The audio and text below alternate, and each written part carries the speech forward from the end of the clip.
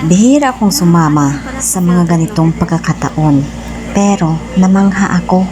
Ano bang meron sa ilalim na ito? Base sa ating pagsasaliksik, noong taong 1592, ang Port Santiago Dongguan ay orihinal na ginawa para gawing imbakan ng mga armas.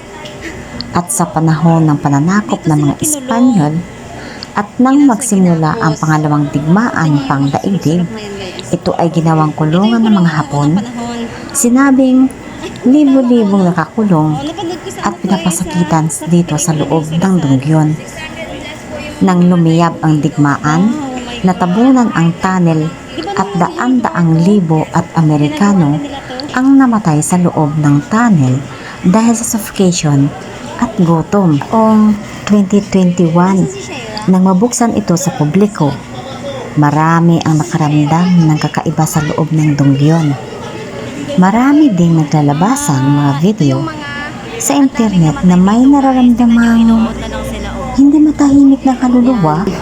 Yung iba kinulong dito, almost 600 yung namatay dito sa loob. Tapos nung umapaw yung ilog Pasig, look, tingnan sila ako, oh my god, kawawa sila. Tapos ito guys, meron pa dyan sa loob na yan, oh, may tunnel pa yan dyan.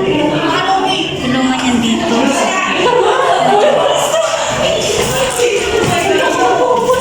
Naiwan na tayo.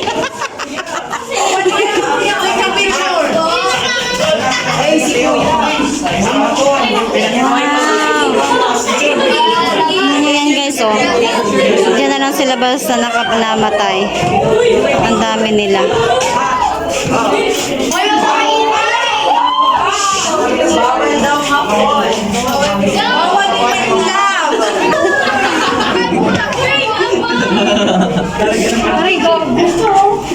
Kawawa naman sila. Injured civilian and companion, Manila, 1945. Waiting survival. Ito yung mga nakaligtas. Yes, yung Serisan. Meron pa sila na 4.9 nakabay.